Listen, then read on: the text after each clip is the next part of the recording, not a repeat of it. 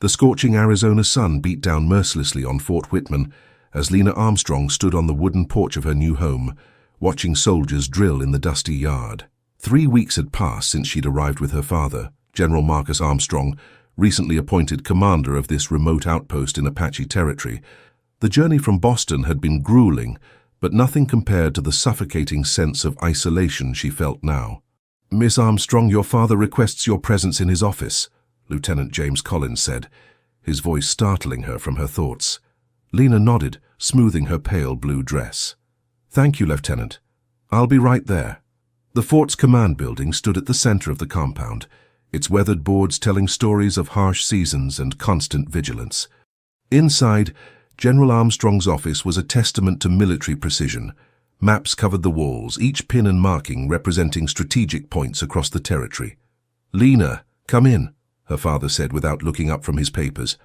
At 53, Marcus Armstrong remained imposing, tall, broad-shouldered with silver streaking his once dark hair.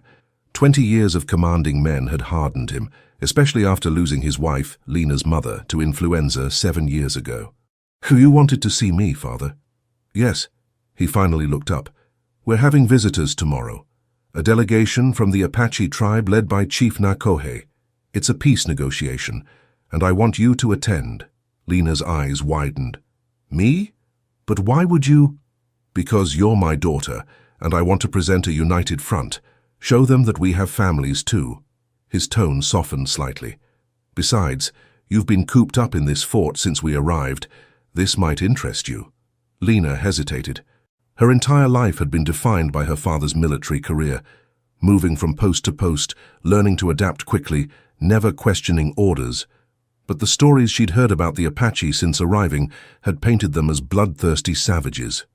"Will it be safe?" she asked. The general's expression hardened. "They wouldn't dare harm anyone under a flag of truce, and we'll be surrounded by armed men." He returned to his papers. "Wear something appropriate, something dignified." The dismissal was clear. Lena walked out, her thoughts in turmoil. Her entire life she'd been taught to fear and distrust the natives, yet tomorrow she would face them directly. That evening, Lena stood at her bedroom window, watching the distant mountains turn purple in the fading light. In Boston, she had attended parties, read books, and dreamed of adventure. Here, confined within the fort's walls, those dreams seemed childish. A knock at her door broke her reverie. It was Mrs. Harper, the doctor's wife, one of the few other women at the fort. "I heard you'll be at the meeting tomorrow," Mrs. Harper said, entering the room. "Nervous?" "A little," Lena admitted. "I've never met any Apache before." Mrs. Harper sat on the edge of Lena's bed. "They're people, Lena. Different customs, different beliefs, but people all the same." She sighed.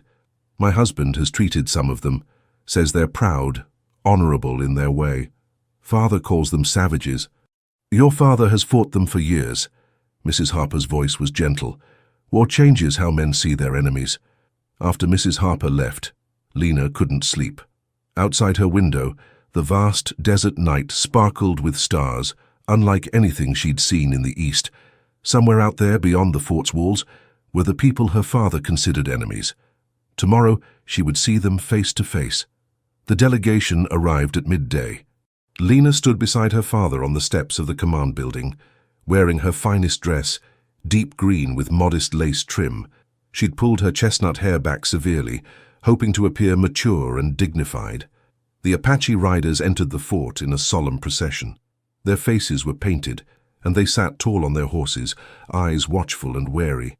At their head rode an older man with deep lines etched into his face and a feathered headdress, Chief Nakohe. But it was the warrior riding beside him who caught Lena's attention. Younger than the chief, perhaps in his late 20s, he rode with the easy grace of someone born to the saddle. His long black hair was tied back with a leather thong, and unlike the others, his face bore no paint, only the natural dignity of sharp features and penetrating dark eyes. Those eyes found hers, and for a moment, everything else faded away. Lena felt a strange jolt, like lightning traveling through her body. The warrior's expression didn't change, but something passed between them. Recognition, perhaps, though of what she couldn't say. "Chief Nakohe," her father stepped forward, breaking the moment. "Welcome to Fort Whitman." The chief dismounted, moving with the deliberate pace of age and authority. "General Armstrong," he replied in accented but clear English, "we come to talk peace."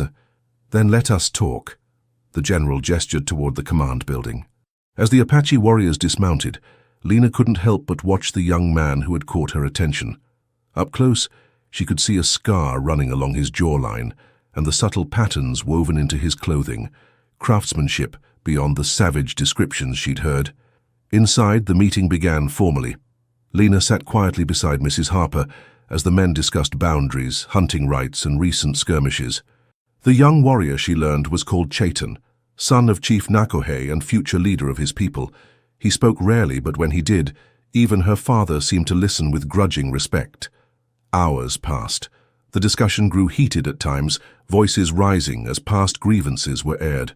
Through it all, Lena found her gaze returning to Chaitan, studying his expressions, the controlled power in his movements, the intelligence in his eyes. Once he caught her watching and held her gaze for a heartbeat too long. As the meeting concluded, the two sides reached a tentative agreement, a boundary line that neither would cross for the next moon cycle, allowing tensions to cool. "My daughter will show you to where refreshments have been prepared," General Armstrong said stiffly, the hospitality clearly a reluctant concession to diplomacy. Lena rose, suddenly nervous. "This way, please," she said, leading the delegation to the adjacent room where a simple spread of food and drink awaited. As the others moved ahead, Chaitan fell into step beside her. Up close, he was taller than she'd realized, his presence commanding without effort. "You are the general's daughter," he said quietly. It wasn't a question. "Yes, Lena Armstrong." She hesitated, then added, "And you are Chaitan, the chief's son." A slight nod. "You are new to this land." "Is it that obvious?" she asked, surprised by his perception. "Your skin has not yet been touched by our sun, and you look at everything as if seeing it for the first time." Something in his tone made her glance up. There was no mockery in his expression, only a curious intensity. "I arrived 3 weeks ago," she admitted, "from Boston." "Boston?" He tested the word. "That is far to the east, where the sun rises." "Yes, very different from here." They had reached the refreshment room. For a moment they stood in the doorway apart from the others. "This land," Chaitan said softly, "it changes those who come to it. Either it claims them or it drives them away." Before she could respond, her father called her name. The moment broken, Chaitan moved away to join his people, leaving Lena with an unsettling sensation, as if something important had just begun. Later that evening, after the Apache delegation had departed, Lena sat in her room, sketching in the journal she'd brought from Boston. Without intending to, she found herself drawing Chaitan's profile, the straight nose, the determined set of his jaw, the intensity in his eyes that had seemed to see through her carefully constructed propriety. She closed the journal quickly when her father knocked and entered. "You conducted yourself well today," he said, the rare praise making her sit straighter. "Thank you, father." He paced the small room. "I want you to understand, Lena, that what happened today was necessary diplomacy. But don't be fooled by appearances. The Apache cannot be trusted. They've killed good men under my command." "Chief Nakohe seemed reasonable," she ventured carefully. "Nakohe is old. His influence wanes." The general's face hardened. "It's his son we need to watch. Chaitan has led raids against settlements to the north. He's dangerous, educated by missionaries but rejected their teachings, knows our ways well enough to use them against us." Lena thought of the man who had spoken to her so perceptively. "He didn't seem savage to me." Her father's eyes narrowed. "That's precisely what makes him dangerous, Lena. Remember who you are and where your loyalties lie." He moved to the door. "Colonel Patterson and his family arrive next week from Fort Bowie. They have a son about your age, Harvard-educated, from a good military family. I expect you to make him welcome." After he left, Lena returned to her window. In the distance, beyond the fort's walls, she thought she could see the pinpricks of fires in the mountains, the Apache camps, so close yet separated by more than just distance. She didn't know then how those fires would come to symbolize her own burning heart, or how the man she'd met today would challenge everything she thought she knew about her world and herself. 2 weeks after the peace delegation's visit, Lena rode along the perimeter of what her father considered safe territory. Lieutenant Collins accompanied her, as was required whenever she left the fort. Though she chafed at the constant supervision, she had to admit the lieutenant was pleasant company, educated, courteous, and less rigid than most of her father's officers. "The Patterson family seems to have settled in well," Collins remarked, as their horses walked side by side. "Young Robert has certainly taken an interest in you." Lena suppressed a sigh. Robert Patterson had indeed shown interest, painfully obvious interest, since his arrival. He was handsome enough with his blonde hair and blue eyes, and certainly well-mannered, but his conversation consisted mainly of Harvard anecdotes and military aspirations. "He's very dedicated to his future career," she replied diplomatically. Collins laughed. "That's one way of putting it. Your father approves, though."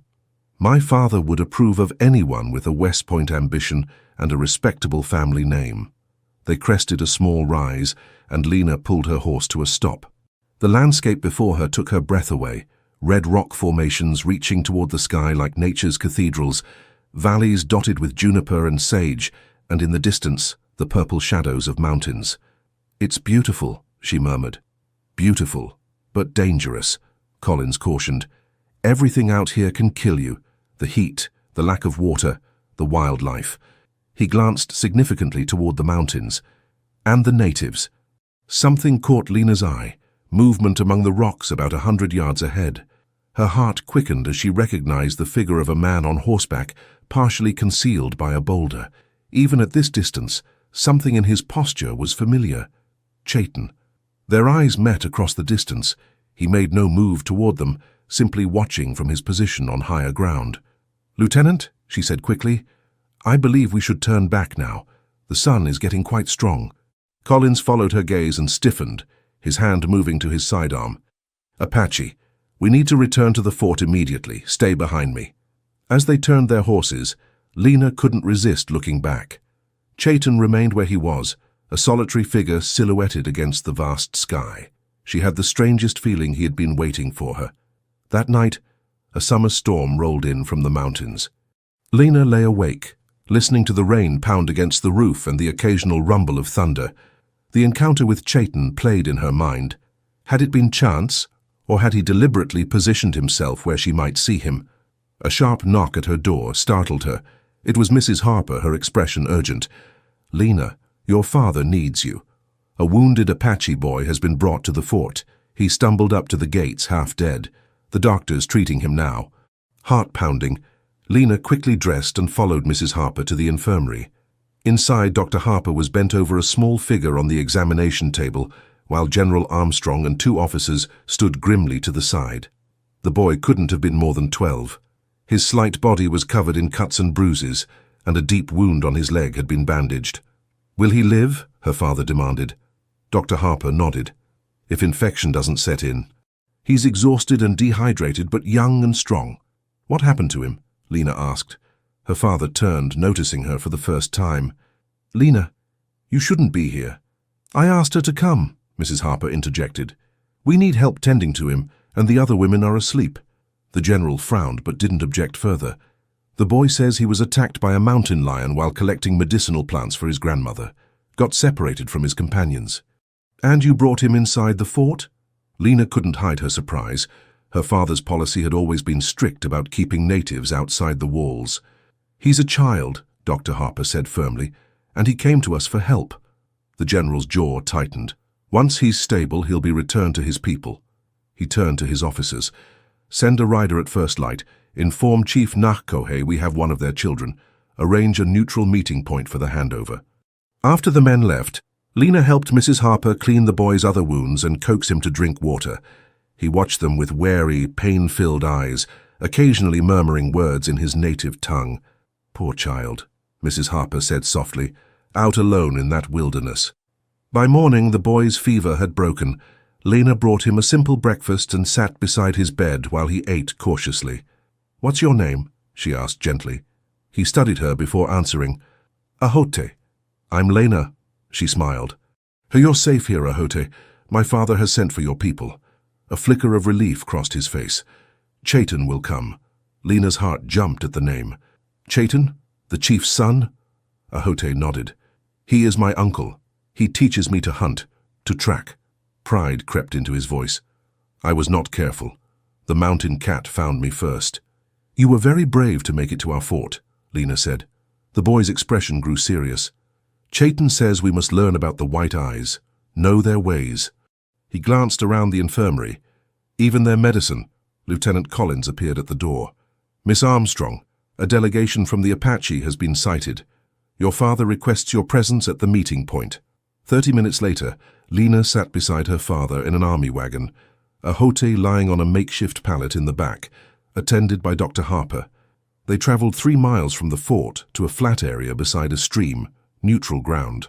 24 soldiers accompanied them, rifles at the ready. A small group of Apache riders appeared from the east.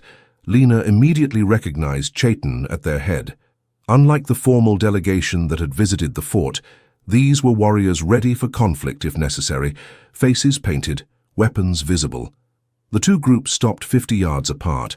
Only Chaitan rode forward, alone and unarmed. General Armstrong, after a moment's hesitation, did the same. From her position in the wagon, Lena could hear their conversation. Where is the boy? Chaitan's voice was controlled, but she detected the underlying tension. Safe. My doctor has treated his wounds. We will take him now. The general nodded stiffly, as a gesture of goodwill between our peoples. Dr. Harper helped Ahote from the wagon. Despite his injuries, the boy insisted on walking the short distance to where Chaitan waited, limping but determined, his pride evident in every painful step. When he reached his uncle, Chaitan dismounted and placed a gentle hand on the boy's shoulder, examining him carefully. He spoke softly in their language, and Ahote responded, occasionally glancing back toward the wagon. To Lena's surprise, Chaitan then walked toward them, leading his horse with Ahote beside him. When he reached the wagon, he looked directly at Dr. Harper. My nephew says you saved his leg, perhaps his life. The words seemed difficult for him. The Apache remember those who help our children. Dr. Harper nodded simply. I'm a doctor. I help those in need, regardless of who they are. Chaitan's gaze shifted to Lena. And you. Ahote says you were kind to him. Heat crept into her cheeks under his intense scrutiny. Anyone would have done the same. No. The word was soft, but certain. Not anyone. For a long moment they simply looked at each other. Then, with a slight inclination of his head that might have been a bow, Chaitan turned and lifted Ahote onto his horse. Without another word, he mounted behind the boy and rode back to his waiting warriors. As the Apache disappeared into the landscape, Lena's father returned to the wagon, his expression troubled. What did the savage say to you? He demanded. He thanked us for helping the boy, Doctor. Harper answered before Lena could speak. Nothing more. The general grunted, seemingly satisfied with this explanation, and ordered the return to Fort Whitman.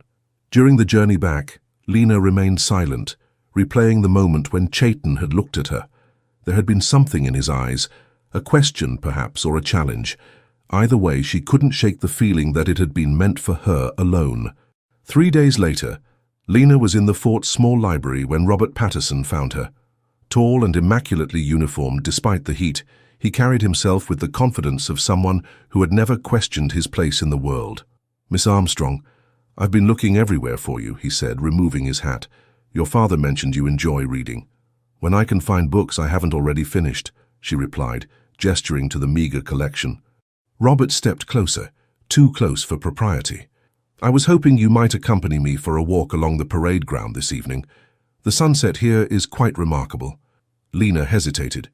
Robert was exactly the sort of man her father wanted for her, respectable, ambitious from their social circle. Yet she felt nothing when he stood near, no quickening of her pulse, no desire to know his thoughts. That would be lovely, she said anyway, years of social training overriding her reluctance.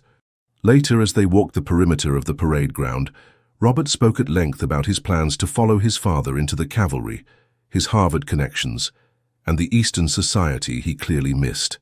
Lena made appropriate responses while her mind wandered to the mountains beyond the fort and to dark eyes that had seemed to see through her carefully constructed facade. Your father tells me you're quite accomplished, Robert was saying. Piano, French, watercolors, all the refinements a gentleman appreciates in a wife. The word wife snapped Lena back to the present. Mr. Patterson, we've barely met, He smiled indulgently. Of course, I'm getting ahead of myself, but our fathers are old friends, and out here suitable matches are rare. I simply want you to know that I admire you greatly. Before she could formulate a response, the fort's alarm bell began to ring. Soldiers rushed to their posts as an officer shouted orders. "What's happening?" Lena asked a passing sergeant. "Apache raiding party hit a supply wagon 5 miles south," he answered hurriedly. 2 men dead, 1 wounded. Colonel wants a pursuit organized. Robert's expression hardened. "Savages. This is why we can never trust their peace talks." He turned to Lena. "You should return to your quarters. I must report for duty." As he strode away, Lena felt a chill that had nothing to do with the evening air. The fragile peace had been shattered, and with it, any hope of understanding between the two worlds that increasingly divided her heart. In the days that followed, tension at Fort Whitman reached a fever pitch. Patrols were doubled, and civilians, including Lena, were restricted to the fort's interior. Her father worked long hours, his face grim each time he returned from meetings with his officers. "Was it Chaitan's people who attacked the wagon?" Lena asked one evening as they sat at dinner. The general's expression darkened. "We believe so. The survivors described warriors matching his band." He set down his fork. "I've sent word to Fort Bowie requesting reinforcements. We'll mount a punitive expedition as soon as they arrive." "Punitive?" Lena's stomach clenched. "What does that mean exactly?" "It means, daughter, that we will find their camp and teach them the consequences of murdering American soldiers." The coldness in his voice frightened her. "But what about the peace talks? Chief Nakohe claims no knowledge of the attack. Either he's lying or his son is acting without his approval." Her father's eyes were hard. "Either way, blood has been spilled, and there must be a response." That night, unable to sleep, Lena slipped out of her room and onto the small porch behind their quarters. The fort was quiet except for the regular patrol of sentries along the walls. Above, the desert sky blazed with stars, indifferent to the human conflicts below. A movement in the shadows startled her. She stiffened, ready to cry out, when a familiar voice spoke her name. "Lena Armstrong." Chaitan stepped into the faint light, and her heart nearly stopped. He wore dark clothing, his face streaked with shadow-concealing paint. How he had entered the heavily guarded fort, she couldn't imagine. "What are you doing here?" she whispered, glancing fearfully toward the nearest guard post. "If they find you—" "They won't." His confidence was absolute. "I had to speak with you.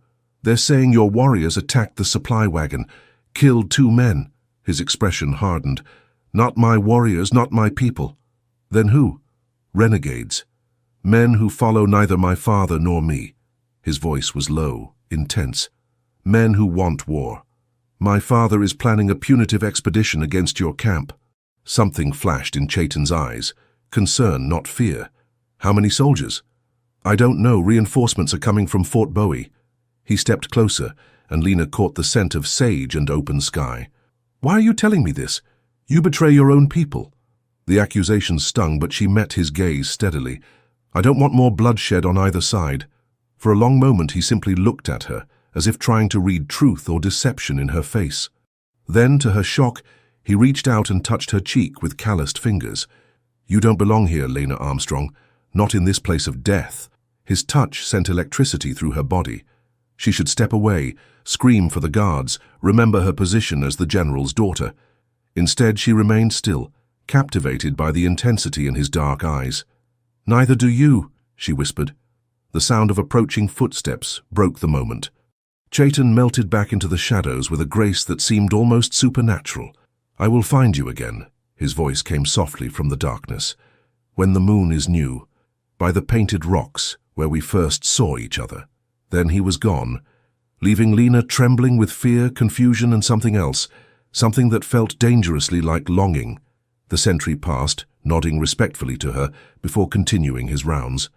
Lena returned to her room, her mind racing with questions. Why had Chaitan risked death to speak with her? Why had she warned him about her father's plans? And most troubling of all, why did her heart race at the memory of his touch? Over the next 2 weeks, as Fort Whitman prepared for conflict, Lena found herself living a double life.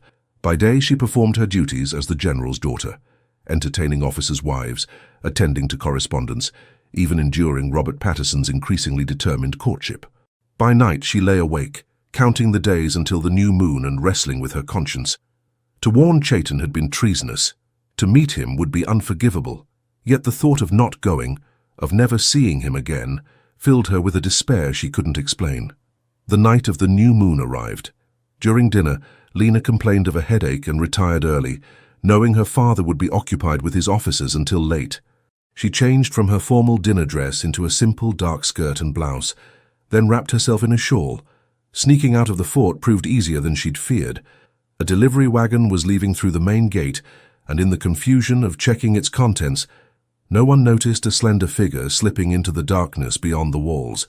The painted rocks lay 2 miles from the fort, a collection of wind-carved boulders decorated with ancient native symbols. Lena had visited them once before with Lieutenant Collins. Now, as she approached them in the starlight, her heart pounded with fear and anticipation. "You came." Chaitan's voice emerged from the shadows before she saw him. He stepped forward, no longer disguised with war paint, dressed in the everyday clothing of his people. "I shouldn't have," Lena admitted. "Yet here you stand." They faced each other in the starlight, representatives of 2 worlds locked in conflict, yet somehow drawn to this forbidden meeting place by a force neither fully understood. "Your father's soldiers search for our camp," Chaitan said. "They will not find it. We have moved deeper into the mountains." "The reinforcements arrived yesterday," Lena told him. 60 men with a Gatling gun. They leave at dawn." Chaitan nodded, unsurprised. "Why do you tell me these things? Your father would call it treason." "I don't know." She wrapped her arms around herself. "I only know I don't want you, your people, to be killed. Many on both sides have already died in this long war." His voice carried the weight of history. "My father fights for our way of life. Your father fights for what he calls progress. Neither will surrender. And you? What do you fight for?" Chaitan was silent for a moment, looking past her toward the distant fort. "I was sent to the white man's school as a boy. For 7 years they tried to kill the Apache in me. Cut my hair, beat me for speaking my language, told me my gods were false." His eyes returned to her face. "I learned your ways, your words, your thoughts. When I returned to my people, many distrusted me. Yet now you lead them. I lead them because I understand the enemy." He stepped closer. "Or I thought I did, until I met you." The confession hung in the air between them. Lena's pulse quickened as he moved closer still, close enough that she could see the faint scar along his jaw, feel the heat radiating from his body. "What do you mean?" she asked, though some part of her already knew. "You are not what I expected, Lena Armstrong. You look at me and see a man, not a savage. You risk your safety to prevent bloodshed." His voice dropped lower. "You haunt my dreams like a spirit I cannot banish." No man had ever spoken to her so directly, with such raw honesty. In Boston drawing rooms, emotions were hidden behind elaborate social rituals and polite phrases.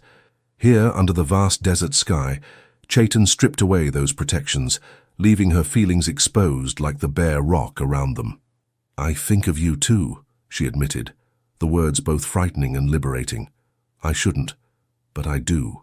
Chaitan reached out slowly, giving her time to retreat, and took her hand in his. The contact was electric, sending shivers up her arm. His skin was warm, calloused from a life lived close to the elements. "This is madness," Lena whispered. "Perhaps." His thumb traced circles on her palm. "Or perhaps it is the only sanity in a world gone mad with hatred."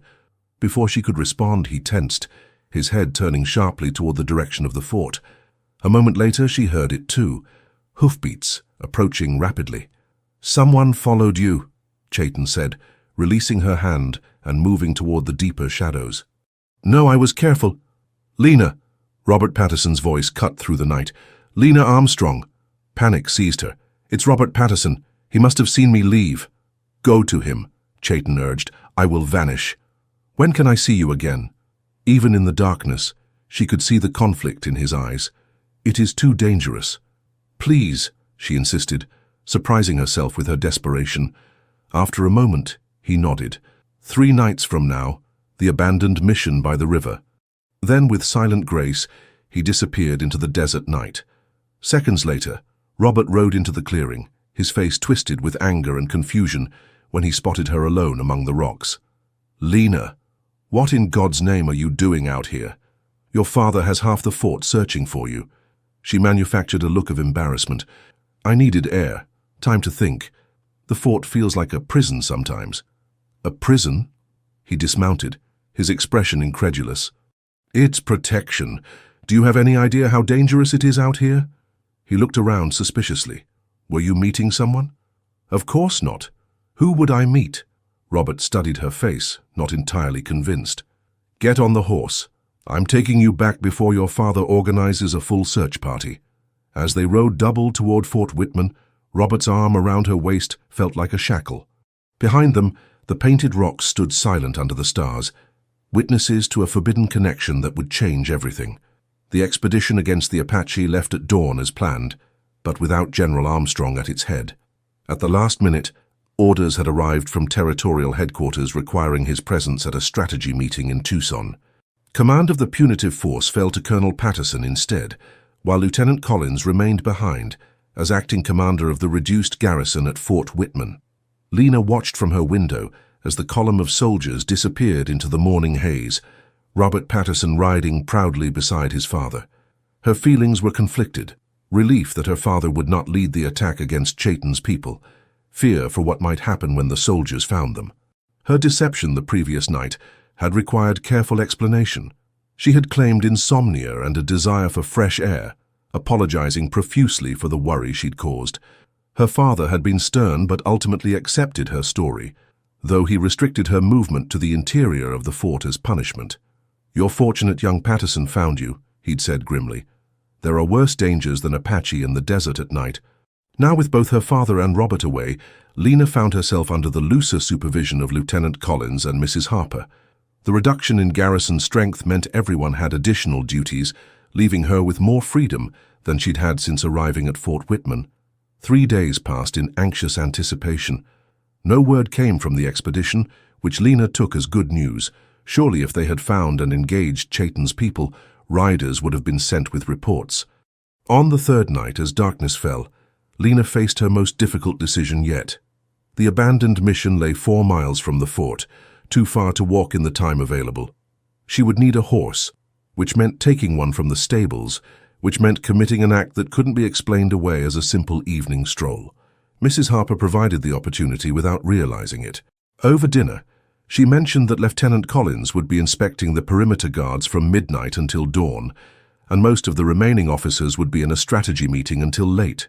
"Such a shame they keep the men so busy," the older woman sighed. "The young officers used to organize dances even out here in the wilderness. Now it's all war preparations." After retiring to her room, Lena waited until the fort grew quiet. She changed into her riding clothes and darkest shawl, then slipped out toward the stables. The night sentry was at the far end of his patrol route, giving her just enough time to saddle her favorite mount, a gentle mare named Penny. Leading the horse quietly through the side gate used for small patrols, Lena nodded casually to the guard, a young private who looked barely old enough to shave. "Evening patrol for Lieutenant Collins," she said with feigned confidence. "I'm to meet him at the South Ridge." The private hesitated only briefly before nodding. "Yes, Miss Armstrong, though it's mighty strange for a lady to be riding out this time of night." "Lieutenant's orders," she replied, mounting smoothly. "Military necessity." Before he could question her further, she rode into the darkness, her heart pounding with the audacity of her deception. Once beyond sight of the fort, she turned east toward the river and the ruins of the Spanish mission that had been abandoned decades earlier. The ride took nearly an hour, the terrain growing rougher as she approached the river. By starlight, she could make out the crumbling walls and fallen bell tower of the mission ahead, a ghost of European ambition long reclaimed by the desert. She dismounted at the edge of the ruins, tethering Penny to a withered tree.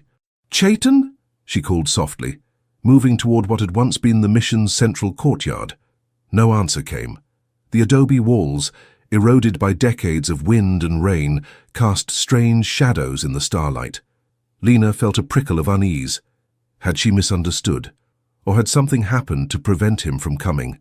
A soft whistle, like the call of a night bird, came from the ruined chapel. Lena turned to see Chaitan emerge from the doorway, his expression guarded until he confirmed she was alone. "You came," he said. The same words he'd spoken at their last meeting, but now tinged with something like wonder. "I said I would." Lena stepped closer, suddenly shy despite the boldness that had brought her miles from safety to meet him. Chaitan gestured toward the chapel. Inside, the walls hide us from watching eyes. The chapel's roof had partially collapsed, allowing starlight to filter in through the gaps. An altar stone remained at one end, worn smooth by time and weather. Chaitan had lit a small fire in what had once been the sacristy, its glow casting warm light over the ancient stones. "The expedition left as planned," Lena said, seating herself on a fallen beam. "Colonel Patterson leads it, not my father."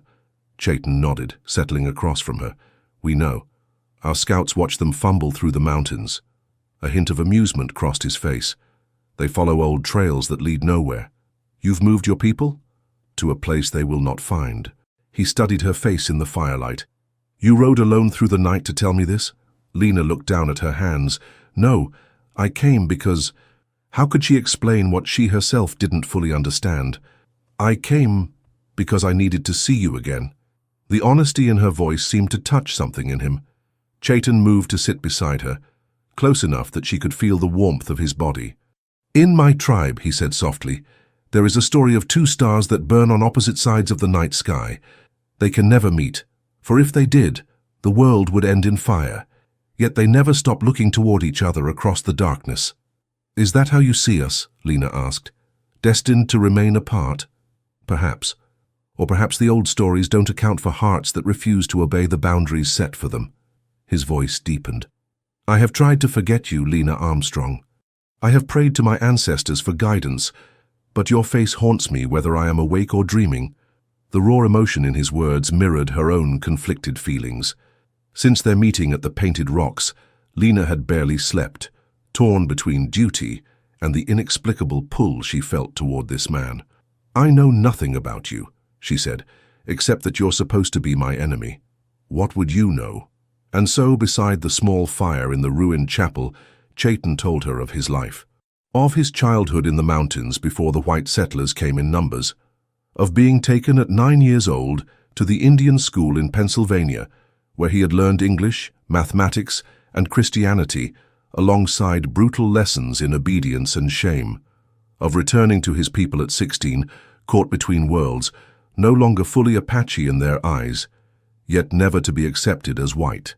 "My father sent me there believing I would bring back knowledge to help our people survive," he explained. "Instead, I brought back anger and confusion. It took years for me to find my place again, to remember who I truly was." "And who are you?" Lena asked. Chaitan looked into the fire. "I am my father's son, future chief of a people fighting to exist in a changing world." His eyes returned to her face. "But I am also a man who questions whether hate must always answer hate, whether there might be another path forward." His story moved her deeply. The structured, privileged life she had known in Boston seemed shallow compared to the struggles he had endured. "Now you," he said. "Tell me of Lena Armstrong." She hesitated, feeling her own story inadequate. "There's little to tell. I was raised in military posts and Boston society. My mother died when I was 17. Since then, I've followed my father from post to post, keeping his house, attending functions, being the perfect officer's daughter." "And is that who you truly are, the perfect daughter?" The question struck her like a physical blow. Who was she beyond the roles she'd been assigned? What did she want for herself, separate from her father's expectations? "I don't know," she admitted. "Until coming here, I never questioned my path. Marriage to a suitable officer, a life like my mother's, moving from post to post." Her voice trailed off as she realized how empty that future suddenly seemed. "And now?" Chaitan pressed gently. "Now everything feels uncertain." She looked directly into his eyes. "Because of you." The confession hung in the air between them. Chaitan reached out slowly, giving her time to pull away, and touched her cheek as he had at their last meeting. This time his fingers traced a path down to her jawline, leaving trails of fire on her skin. "From the moment I saw you," he said, his voice a low rumble that she felt as much as heard, "standing beside your father at the fort, I knew you would change my life. I tried to deny it, to remember that you are the enemy's daughter." "I'm not your enemy," Lena whispered, leaning unconsciously into his touch. No. His eyes darkened as they dropped to her lips. You are much more dangerous than an enemy. The distance between them vanished. Later, Lena would never be certain who moved first, only that suddenly his lips were on hers, gentle yet insistent. The kiss was like nothing she had experienced before, not the awkward pecks from Boston suitors, but something primal and honest that awakened parts of herself she hadn't known existed. When they finally parted, both breathing heavily, Lena felt as though the world had tilted on its axis. Everything she had been taught about propriety, about her place in society, about the unbridgeable divide between their peoples, none of it seemed to matter in the face of this undeniable connection. Chaitan rested his forehead against hers. "This cannot be," he murmured, even as his arms tightened around her waist. "Yet it is," she replied simply. They remained in the ruined chapel for hours, talking, learning each other's stories, occasionally falling into silences filled with cautious touches and wondering gazes. Chaitan spoke of Apache traditions, of their deep connection to the land, of the ceremonies that marked the passages of life. Lena described Boston's cobblestone streets, symphony orchestras, and the ocean that Chaitan had never seen. When the first hint of dawn appeared through the broken roof, reality intruded on their sanctuary. "I must return before I'm missed," Lena said reluctantly. Chaitan nodded, helping her to her feet. "The expedition will return soon, having found nothing, but your father will send others." "I know." The weight of the world settled back onto her shoulders. "What will we do?" He traced the outline of her face with gentle fingers, as if memorizing her features. "For now we return to our separate lives, but 3 days from now, if you can come again, I will be waiting." "Here?" "No. There is a place—" He described a hidden canyon 2 miles south of the mission, where a spring created a small oasis among the rocks. "Few know of it. You will be safe there." They walked together to where Penny waited patiently. As Chaitan helped her mount, their hands lingered, neither wanting to break the connection. "Be careful," he said. "Trust no one with knowledge of our meetings." Lena nodded, suddenly afraid. What they had begun could destroy them both if discovered. 3 days, she promised. She rode back to Fort Whitman in the growing light, slipping into the stables just as the morning bugle sounded. If the stable master noticed Penny's warmth or dampened saddle, he made no comment. Back in her room, Lena lay fully clothed on her bed, her mind and heart racing. She touched her lips, still feeling the pressure of Chaitan's kiss. Whatever happened next, she knew with absolute certainty that her life had changed irrevocably. The expedition returned that afternoon, dusty and frustrated. Colonel Patterson reported directly to Lieutenant Collins, but Robert sought out Lena, finding her in the small garden behind the officers' quarters. "We found nothing," he said without preamble, his face tight with anger. 5 days of searching and the savages vanished like smoke. Lena kept her expression neutral, though her heart soared with relief. "Perhaps they've moved on from this territory." Robert snorted. "Hardly. They're out there watching us, laughing at us." He paced the small garden. "Colonel Patterson believes there may be a spy in the fort, someone passing information to them." Ice formed in Lena's stomach. "A spy? That seems unlikely. How else would they know exactly when and where we plan to search?" Robert's eyes narrowed. "The Apache have sympathizers, traders, missionaries, even some of the enlisted men who've gone native. Surely my father doesn't believe such rumors." "Your father returns tomorrow. We'll see what he believes." Robert moved closer, his voice softening. "I was worried about you while I was gone, Lena, after finding you out alone that night." "I've been perfectly safe within the fort," she assured him. He took her hand, his touch causing none of the sensations that Chaitan's had. "I care for you deeply. You must know that. When this Apache business is settled, I intend to speak with your father about my intentions." Panic fluttered in Lena's chest. "Robert, we barely know each other." "I know enough." His smile was confident, that of a man accustomed to getting what he wanted. "We're well matched, Lena. Our families, our backgrounds, our positions in society. Out here, suitable matches are rare, and you must think of your future." Before she could formulate a response, Mrs. Harper approached, saving her from the uncomfortable conversation. "Miss Armstrong, Lieutenant Collins requests your assistance with the wounded. Several men returned with injuries that need tending." Grateful for the interruption, Lena excused herself. leaving Robert standing in the garden with his presumptions and plans that now felt like a trap closing around her. For the next 2 days, Lena performed her duties mechanically, while her thoughts remained with Chaitan and their planned meeting. General Armstrong returned as expected, immediately calling a council of officers to discuss the failed expedition and future strategy. The evening before she was to meet Chaitan again, her father summoned her to his office. His expression was grave as she entered. "Sit down, Lena." She obeyed, hands folded in her lap to hide their trembling. Had he somehow learned of her meetings with Chaitan, of her betrayal? "Colonel Patterson has formally requested my permission for his son to court you," the general said without preamble. "I've given it." Relief that he didn't know her secret was quickly replaced by a new anxiety. "Father, He raised a hand to silence her. "Robert Patterson is an excellent match, West Point graduate from a good family, with promising career prospects." His voice softened slightly. "Your mother would have approved." The mention of her mother was a calculated move. Lena felt tears prick her eyes. "I hardly know him." "You'll have time to become better acquainted.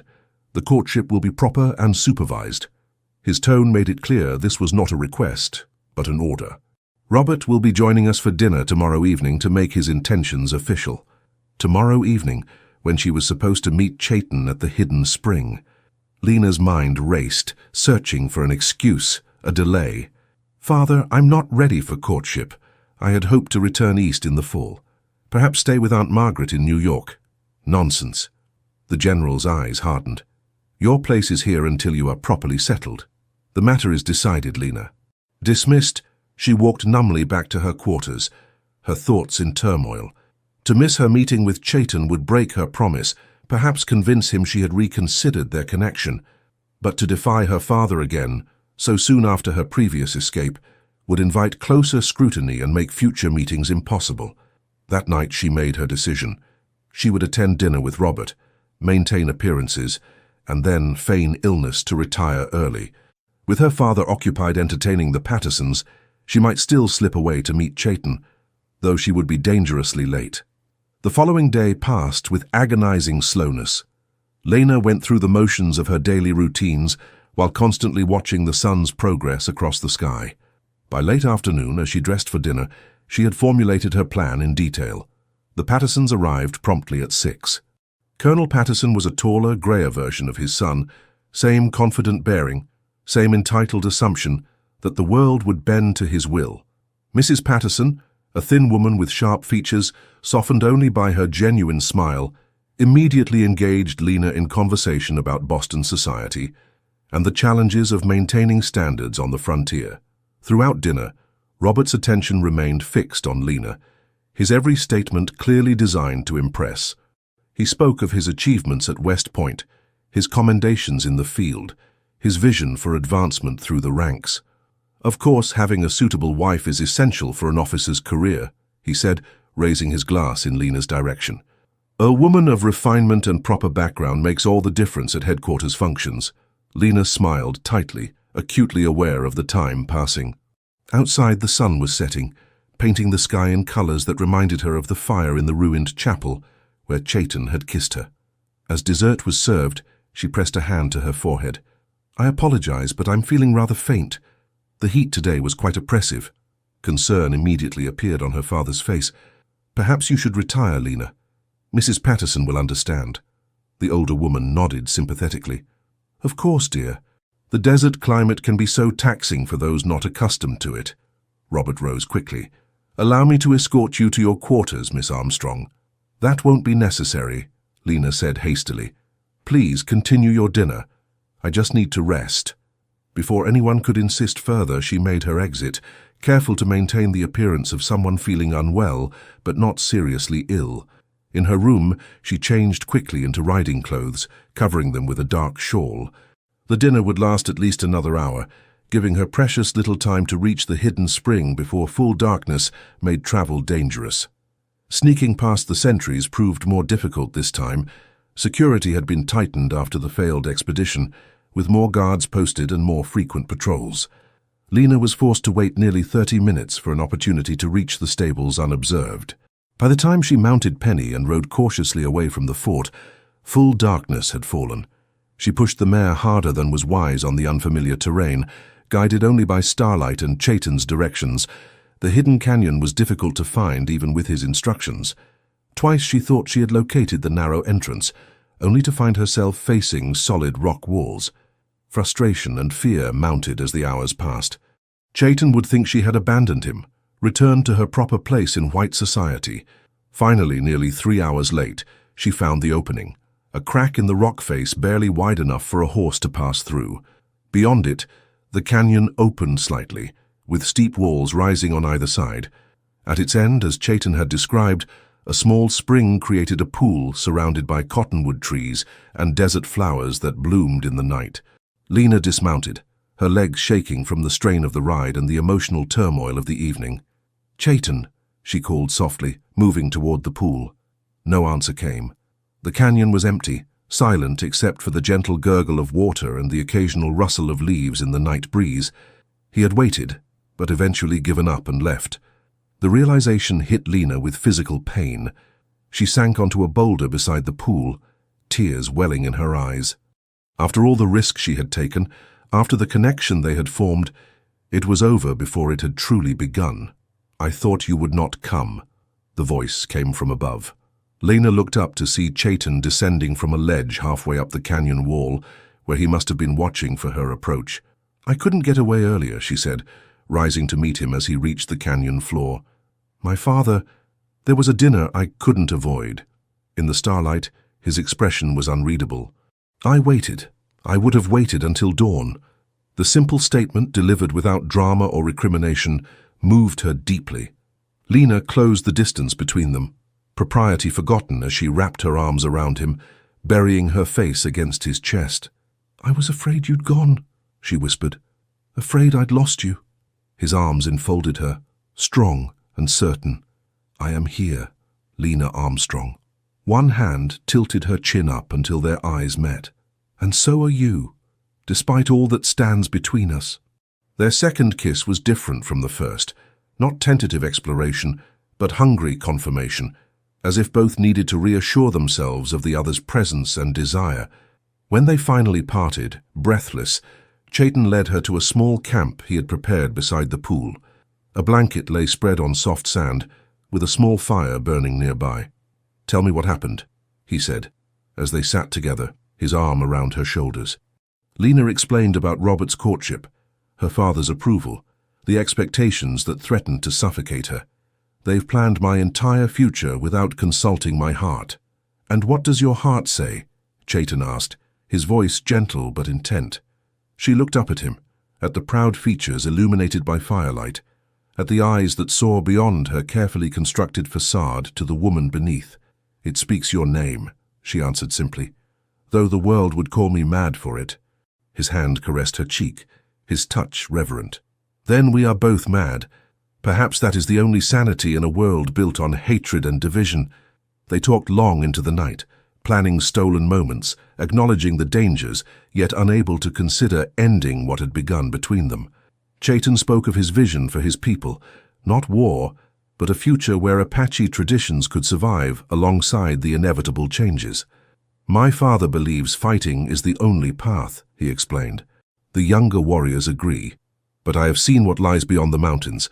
The white man's numbers are endless.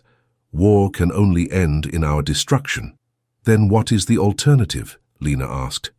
"Adaptation, preservation of what matters most, our spirit, our connection to the land, while finding ways to exist in the new world." He sighed. "Few among my people wish to hear such thoughts. It sounds like surrender to them. And to my father, any compromise seems like weakness." Lena shook her head. "They are more alike than either would admit." As the night deepened around them, they spoke of impossible dreams, a place where they could be together without fear, without the weight of history and hatred separating them. Mexico, perhaps, or the Northern Territories, where neither Apache nor American soldiers held complete sway. "We could leave," Lena suggested, the idea forming even as she spoke it. "Find somewhere to begin anew." Chaitan's expression grew troubled. "I cannot abandon my people. When my father dies, they will look to me for leadership. If I ran away with the white general's daughter, they would see it as the ultimate betrayal," she finished for him, as would my father. Reality settled over them like a cold mist. Their feelings, however genuine, existed in a world that would never accept them. Then we take what time we can, Chaitan said finally, drawing her closer. Each moment a victory against those who would keep us apart. The eastern sky was beginning to lighten when they finally parted. Chaitan helped Lena mount Penny, then stood looking up at her, memorizing her features in the pre-dawn light. 4 days, he said. I cannot come sooner. My father has called a council of all Apache bands.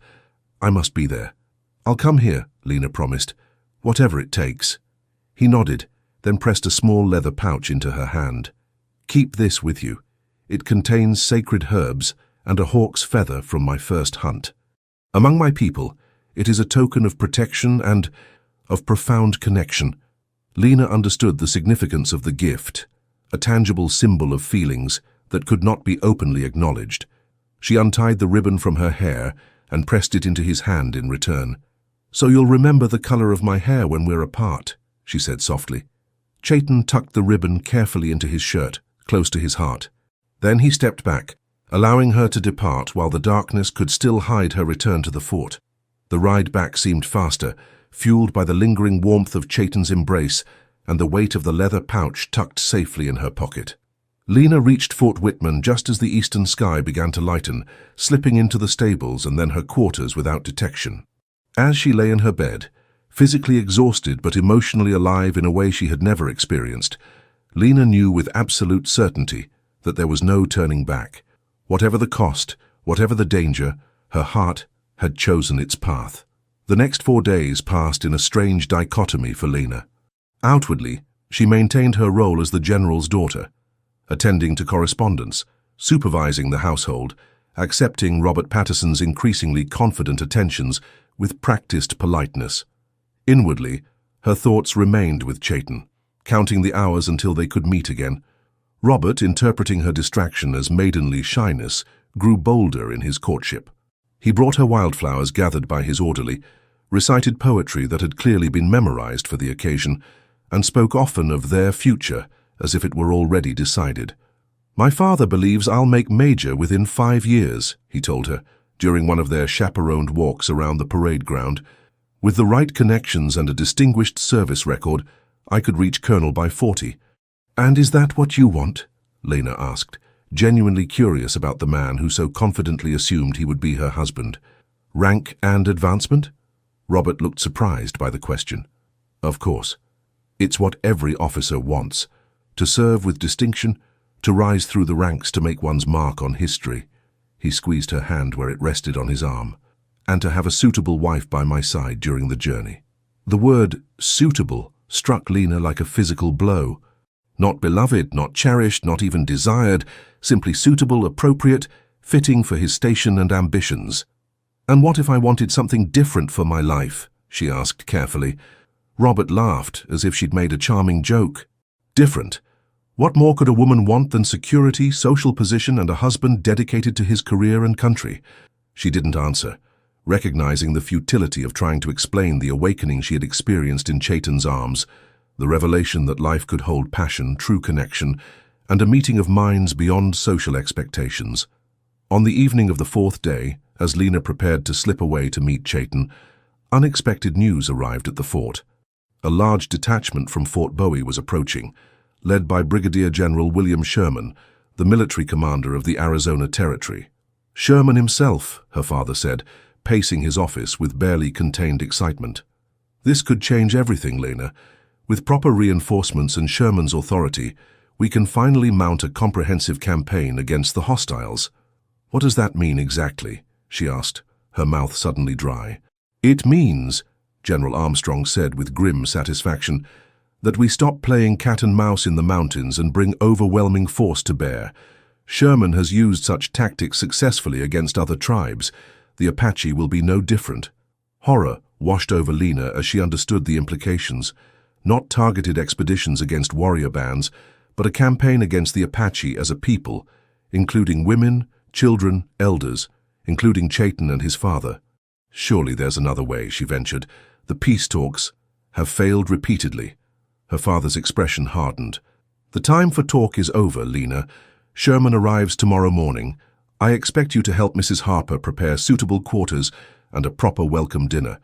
The future of this territory may well be decided under our roof. That night, sneaking away from the fort proved easier than expected. The impending arrival of the territorial commander had created confusion and activity that provided cover for her departure. With troops preparing for inspection and officers focused on their reports, Lena slipped from her room to the stables and out a side gate with minimal risk. The ride to the hidden canyon seemed shorter now that she knew the way. Entering the narrow passage, she felt a sense of leaving one world for another, stepping from conflict into sanctuary. Chaitan was already there waiting by the small pool. The relief on his face when he saw her quickly shifted to concern as she dismounted and practically fell into his arms, the weight of her knowledge finally breaking her composure. "What has happened?" he asked, holding her steady. Between shuddering breaths, Lena explained about Sherman's impending arrival and the plans for a full military campaign against the Apache. "Not just warriors," she finished. "Everyone. They want to force your people onto reservations or worse." Chaitan's expression grew grave but not surprised. "We have heard rumors of such plans. The council I attended was called to discuss them. What will your people do? Some bands wish to fight to the last warrior. Others speak of fleeing to Mexico." He led her to sit beside the pool. "My father is torn. He wishes to defend our lands, but he fears for the future of our children." "And you?" Lena asked softly. "What do you believe?" Chaitan was silent for a long moment, staring into the water's reflection of the star-filled sky. "I believe that the old ways are ending, whether we wish it or not. Fighting will only hasten our destruction, but surrender means losing who we are." The weight of his people's future rested on his shoulders, and Lena felt guilty for adding her own burdens. Yet she knew with sudden clarity that their private feelings and the larger conflict were inseparable, two sides of the same impossible situation. "I can't bear the thought of you being hurt," she whispered, resting her head against his shoulder, "or of my father's men hunting your people like animals." "This war began long before we met, Lena Armstrong." Chaitan's arm tightened around her. "You and I are caught in currents that started flowing generations ago. Then perhaps we should create our own current." She looked up at him, a desperate plan forming in her mind. "Come back with me to the fort. Speak directly to General Sherman. You understand both worlds. You could help broker a real peace, one that might actually last." Chaitan's expression reflected surprise, then cautious consideration. "Your father would never allow it, and Sherman would more likely hang me as a hostile than listen to my words." "Not if you came under a flag of truce, as my father's invited guest." Lena's words came faster as the plan took shape. "You've been inside the fort before. The officers know you as Chief Nakohe's son and representative. If you came openly, requesting to speak with Sherman—" "It would be dangerous," Chaitan said, but she could see he was weighing the possibility. "For both of us." "More dangerous than war? Than the destruction of your people?" He fell silent, considering the desperate gamble. Finally, he nodded slowly. "I will need to consult with my father. Convince him that this is not surrender, but strategy." His eyes met hers, intense and serious. "If I do this, you must understand what it might cost. If they suspect your involvement—" "I know." Lena took his hands in hers. "But I can't stand by and watch this happen. Not when there might be a chance, however small, to prevent it." Their usual meeting became a strategy session. They planned how Chaitan would approach the fort, openly at midday, carrying a white flag. He would request an audience with General Armstrong and the visiting commander, presenting himself as an emissary from his father, seeking one final opportunity for peace talks before hostilities escalated. "Sherman has a reputation for harsh tactics, but also for pragmatism," Lena explained. "If you can convince him that a negotiated settlement would be less costly in men and resources than a prolonged campaign—" "And if I fail?" Chaitan asked quietly. "If they arrest me or worse?" Lena couldn't answer. The possibility was too terrible to contemplate. As dawn approached, they held each other by the pool, the urgency of their mission tempered by the awareness that it might be their last meeting. When Chaitan finally kissed her goodbye, there was a desperate quality to his embrace, as if trying to imprint the feeling of her in his memory. 2 days, he said. "I will come to the fort at noon, 2 days from now. If my father forbids it, or if I cannot persuade him, I will find a way to send word. I'll be waiting, Lena promised. Whatever happens, know that my heart is with you.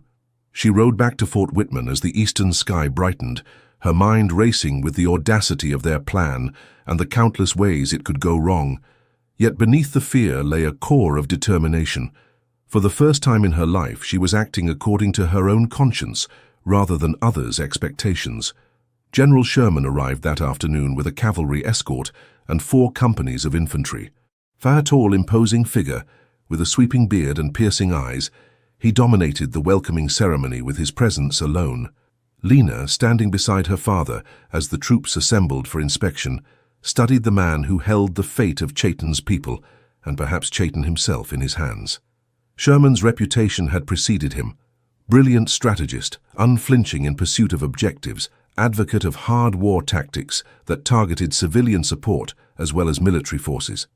That evening, at the dinner Lena had helped prepare, she found herself seated beside the general, an honor that reflected her father's determination to showcase his family's social graces. "Miss Armstrong," Sherman said as soup was served, "your father tells me you've adapted admirably to frontier life. Not all Eastern ladies manage the transition so gracefully."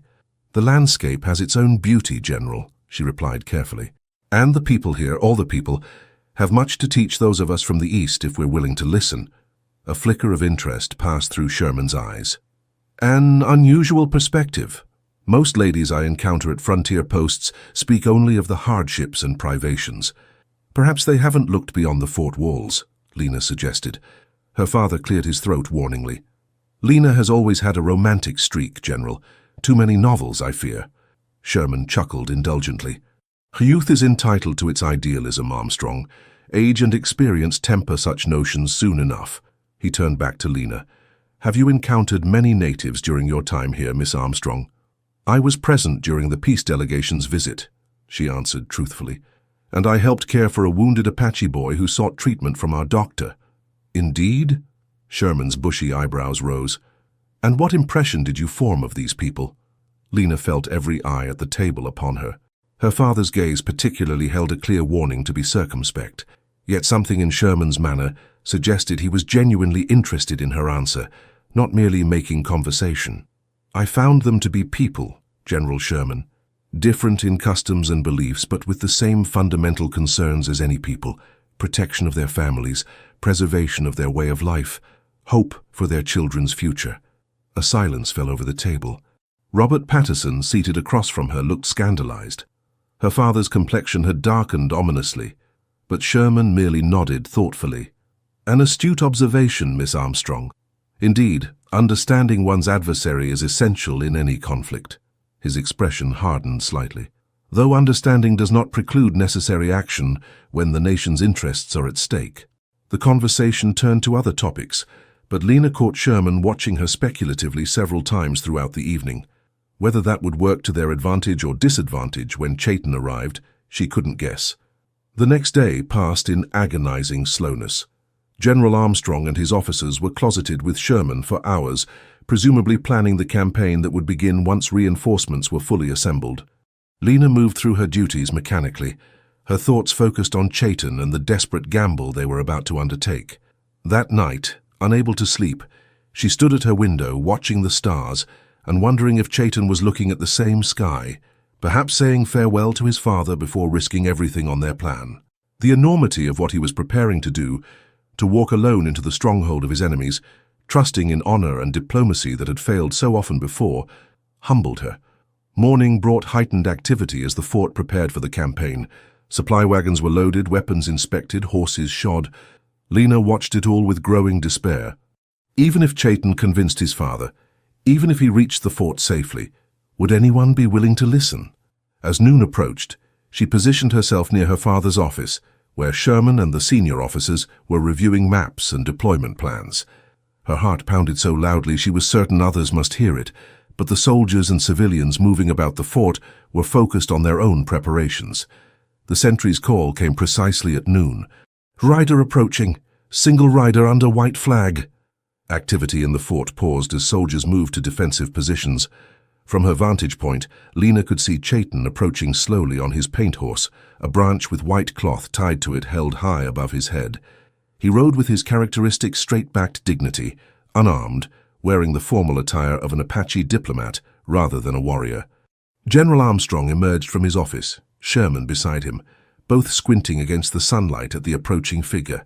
"It's the chief's son," her father said with obvious surprise. "Chaitan. Interesting timing," Sherman remarked. "Convenient, even." "Shall I have him shot?" her father asked bluntly.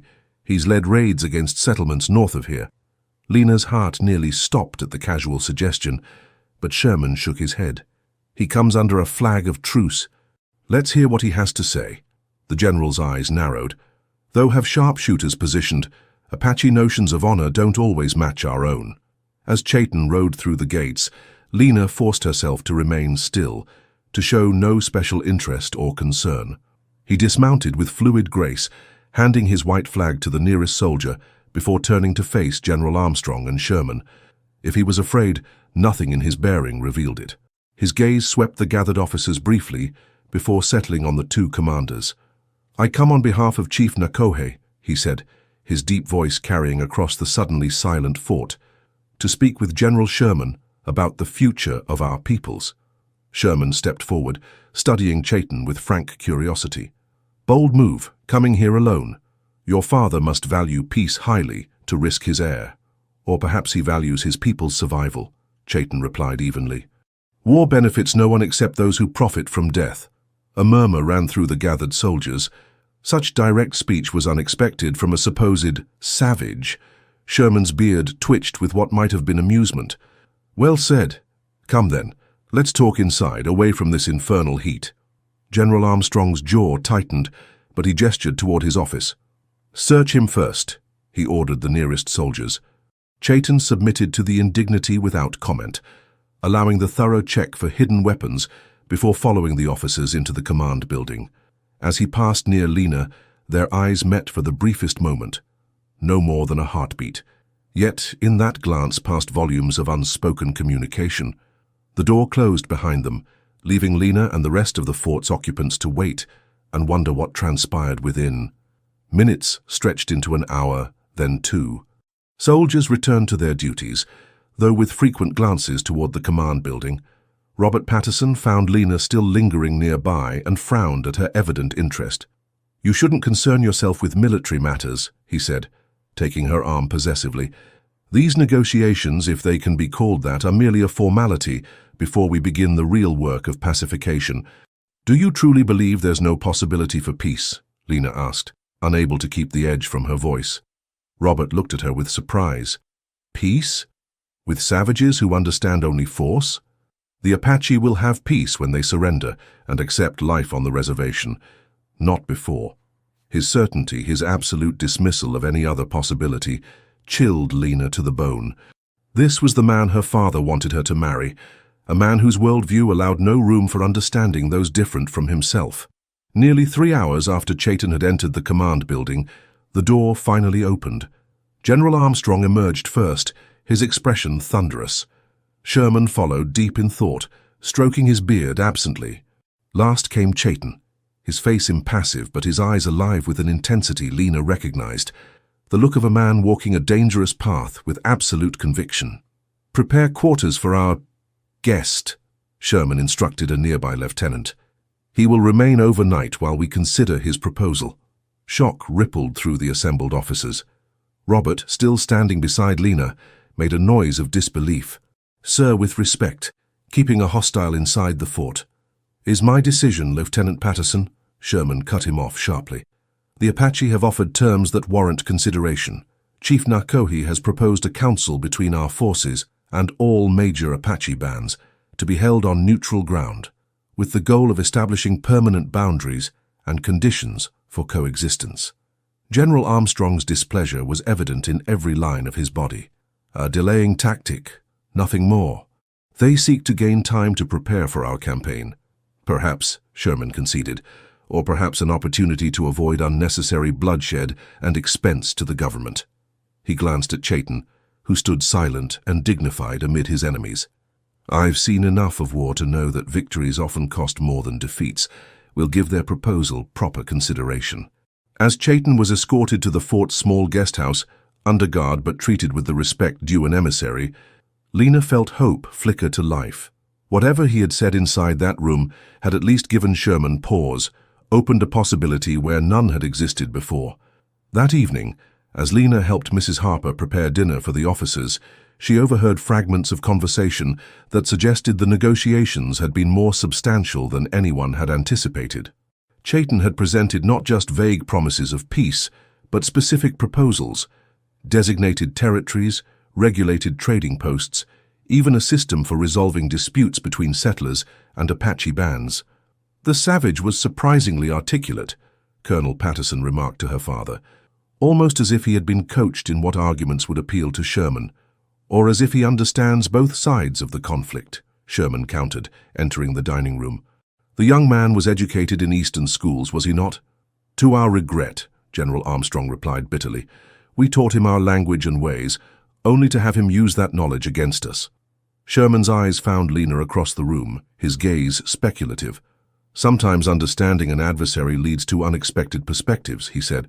"Your daughter made a similar observation last evening, if you recall." Heat rose to Lena's cheeks as her father turned to look at her, suspicion dawning in his eyes. Dinner proceeded with strained conversation, dominated by debate over Chaitan's proposals. Sherman, to everyone's surprise, seemed genuinely interested in the possibility of negotiation rather than conflict. Several younger officers cautiously voiced support for exploring peaceful options, while the older commanders, her father included, argued vehemently for proceeding with the planned campaign. After the meal, as officers gathered for brandy and cigars, Lena slipped away to her room. Her mind raced with possibilities and fears. Chaitan had accomplished the impossible, gained entry to the fort, and presented his case directly to Sherman. But he remained in danger as long as he stayed within these walls, surrounded by men who considered him an enemy. A soft knock at her door startled her from her thoughts. It was Mrs. Harper, her expression troubled. "How your father wishes to see you in his office immediately," she said. He seemed upset. Dread settled in Lena's stomach as she made her way to the command building. Had someone seen her exchange glances with Chaitan? Had her questions at dinner raised suspicions? Or worse, had Chaitan himself been forced to reveal their connection? Her father was alone when she entered, standing by the window with his back to the door. The rigid set of his shoulders spoke volumes. "Close the door," he said without turning.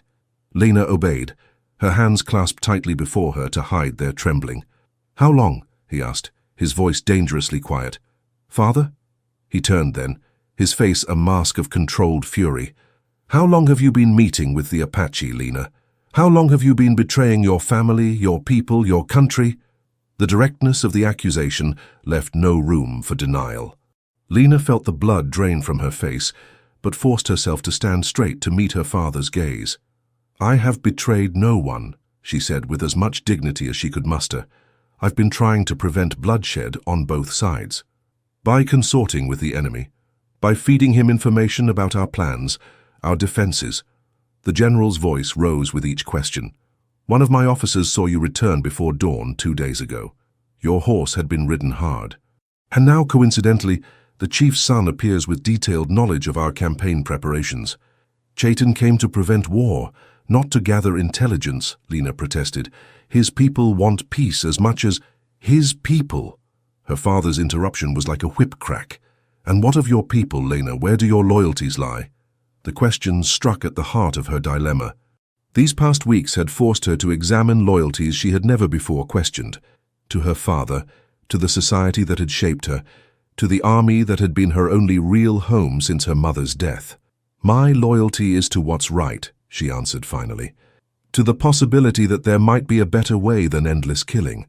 General Armstrong studied her face, his expression shifting from anger to something worse, disappointment and disgust. "How far has this gone? Has he touched you? Defiled you with his savage hands?" Heat flooded Lena's cheeks, but she met her father's gaze defiantly. "Chaitan has treated me with more respect than many civilized men I've known. He sees me as a person, not as property to be claimed or a prize to be won." The implication wasn't lost on her father. His face darkened further. "Robert Patterson is twice the man that Apache will ever be.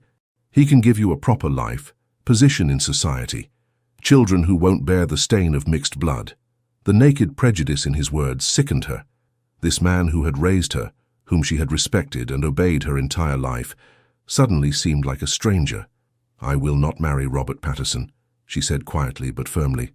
"Not now, not ever." "You'll do as you're told," her father snapped. "You're confined to quarters until Sherman departs and this Apache business is concluded. Then you'll be sent east to your aunt until you come to your senses." He moved toward the door. "As for your savage paramour, he'll be fortunate if he leaves this fort alive." Panic seized Lena. "What do you mean? He came under a flag of truce as an emissary." "Truce flags don't protect spies," the general said coldly, "especially those who corrupt American women." Before Lena could respond, he opened the door and called for the guard. "Escort my daughter to her quarters and see that she remains there. No visitors, no messages, no exceptions without my direct order." As the soldier led her across the parade ground, Lena's mind worked frantically. Chaitan was in danger, immediate, lethal danger. Somehow she had to warn him, help him escape before her father could manufacture charges of espionage. In her room, after the guard had closed the door behind her, Lena paced like a caged animal.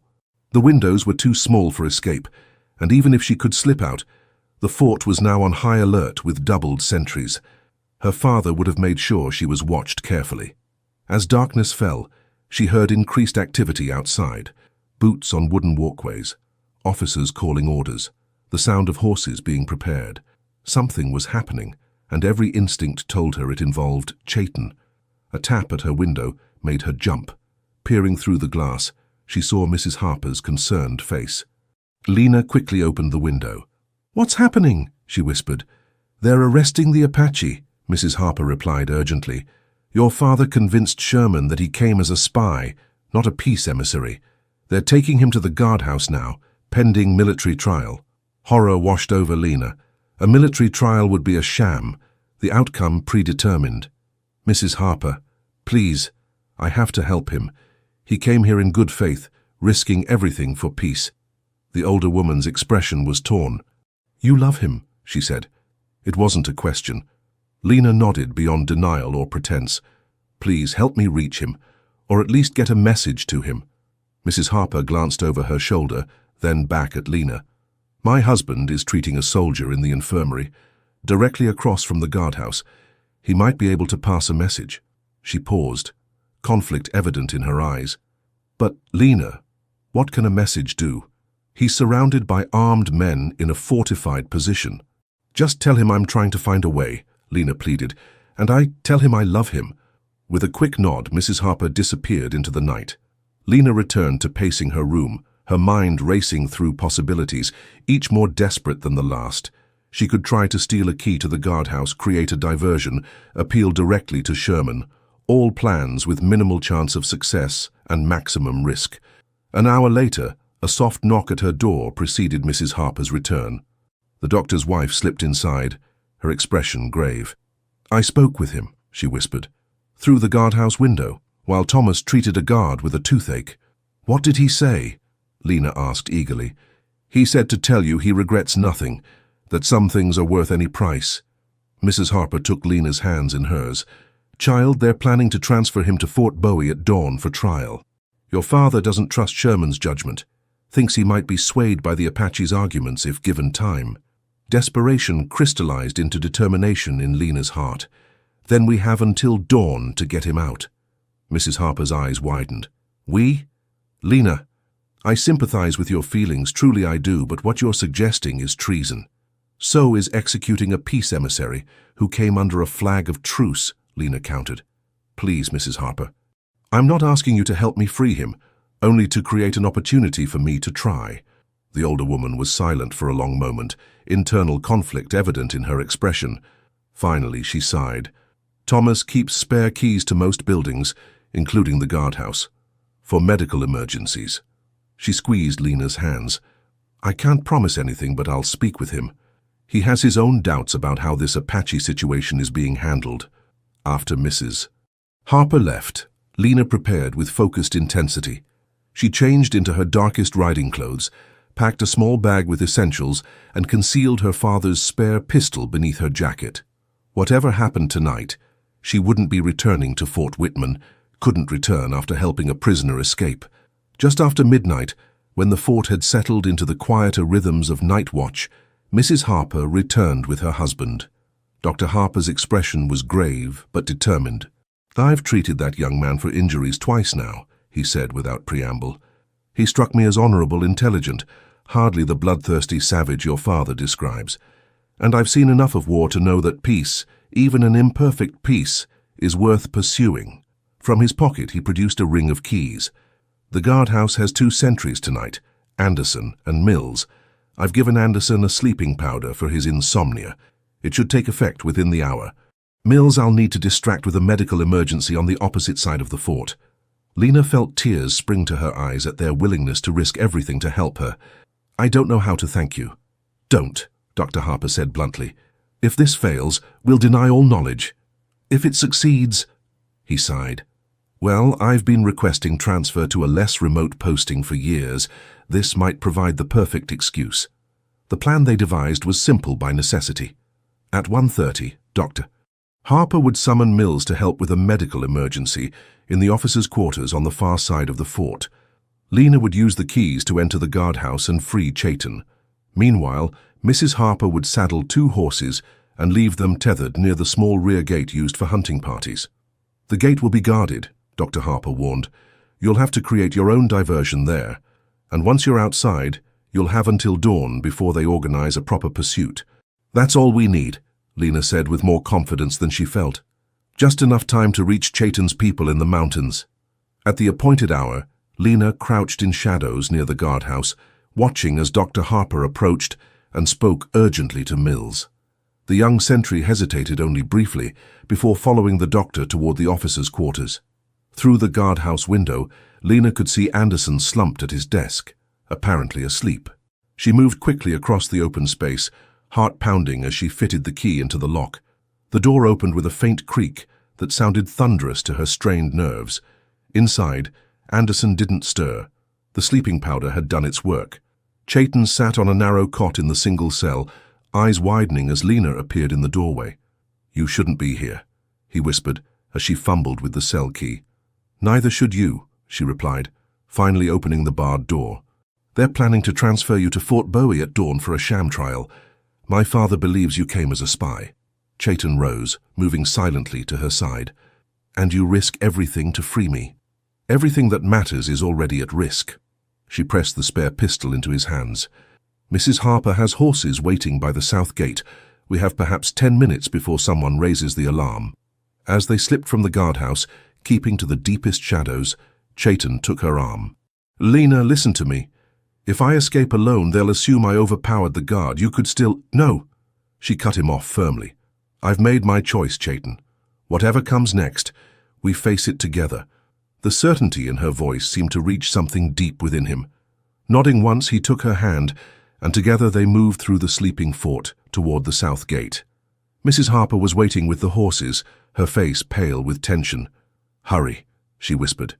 "The sentry makes his rounds every 15 minutes. Lena embraced the woman briefly. "Thank you for everything." "Be safe," Mrs. Harper replied, squeezing her hands, "and be happy if you can." The south gate still posed a significant obstacle, a sturdy wooden barrier with a single-armed guard posted on the walkway above. As they approached, hidden in shadows beside the stable, Lena and Chaitan exchanged glances. "We need a diversion," she whispered. Chaitan nodded, his eyes scanning their surroundings. His gaze settled on the munitions shed 20 yards away. "Can you open that?" Lena examined the keyring Dr. Harper had given her, finding one that might fit. "I think so. What are you planning?" "A small fire, enough smoke and noise to draw attention, but not enough to endanger lives." Together they crept to the shed. Lena unlocked it while Chaitan kept watch. Inside, he quickly located what he needed, a small powder keg, fuses, and flint. "Get to the horses," he told her. "When you hear the explosion, ride for the gate. The guard will be distracted looking toward the noise." "Be careful," she whispered, touching his face briefly before moving back toward the waiting horses. 3 minutes later, a sharp crack followed by billowing smoke erupted from behind the officers' quarters, opposite the munitions shed and far from any sleeping soldiers. Instantly, shouts of "Fire!" rose across the fort. The gate guard turned toward the commotion. leaning over the walkway to better see the source of the disturbance. Chaitan appeared beside Lena, swinging gracefully onto his horse. "Now," he said, and they spurred their mounts toward the gate. The sentry turned at the sound of hoofbeats, but too late. Chaitan fired a single shot into the air beside him, causing the man to duck instinctively. By the time he recovered, they had reached the gate. Chaitan dismounted in one fluid motion, lifting the heavy bar while Lena kept her horse between them and the guards' line of fire. As the gate swung open, the alarm bell began to ring. Chaitan vaulted back onto his horse, and they galloped into the darkness beyond the fort, the sounds of shouting and confusion fading behind them. They rode hard for an hour, following game trails and dry creek beds to leave minimal tracks. When they finally paused to rest the horses, Lena found herself laughing, a release of tension and fear, but also pure exhilaration at their escape and the open future before them. Chaitan watched her with a mixture of wonder and concern. "You understand what you've done?" he asked quietly. "There's no going back." "I understand," she replied, sobering. "I've chosen sides in a war I never wanted. I've betrayed my father, abandoned my place in society, thrown away everything I was raised to value." She moved closer, taking his hands in hers. "And I would do it all again." In the starlight, his expression softened from concern to something deeper, a recognition of the sacrifice she had made, matched by his own willingness to risk everything for the possibility they represented together. "Where will we go?" she asked. "First, to my father's camp. He must be warned that the peace talks have failed, that Sherman may be persuaded to proceed with the campaign." Chaitan's grip on her hands tightened. "After that, there are places in the mountains where neither Apache nor white soldiers go, or we could travel south into Mexico, find land far from this conflict. Wherever you go, I go," Lena said simply. He pulled her closer, his forehead resting against hers. "I never thought to find such courage in the general's daughter, such willingness to see beyond the boundaries others have drawn. Nor I to find such wisdom and honor in the man I was taught to fear." She smiled up at him. "Perhaps that's why we found each other, to show that another way is possible, even in a world divided by hatred." As dawn broke over the eastern mountains, they continued their journey, riding higher into the rugged terrain where Chaitan's people had sought refuge. Behind them, they knew soldiers would be mounting a pursuit. Before them lay uncertainty, hardship, and the constant threat of discovery. Yet as they rode side by side into the sunrise, Lena felt a peace she had never known in the ordered, predictable life she had left behind. Whatever challenges awaited them, they would face together, not as Apache and white, not as enemies divided by history and prejudice, but as two people who had found in each other something worth any price. 3 days later, they reached the hidden valley where Chief Nakohe had established the main Apache camp. Nestled high in the mountains, protected by narrow passes easily defended, the settlement sprawled along a clear stream that provided water even in the driest seasons. Their arrival caused immediate commotion. Warriors surrounded them, weapons ready, until Chaitan identified himself. Even then, suspicion fell heavily on Lena, until Chaitan explained in his native tongue all that had transpired at Fort Whitman. Chief Nakohe received them in his lodge, a dignified elder whose face bore the deep lines of a lifetime of struggle. His initial coldness toward Lena gradually thawed as Chaitan related her role in his escape and her choice to leave her people behind. "My son says you have a brave heart," the old chief said finally, studying her with penetrating eyes, "that you see with clear vision when others are blinded by hatred."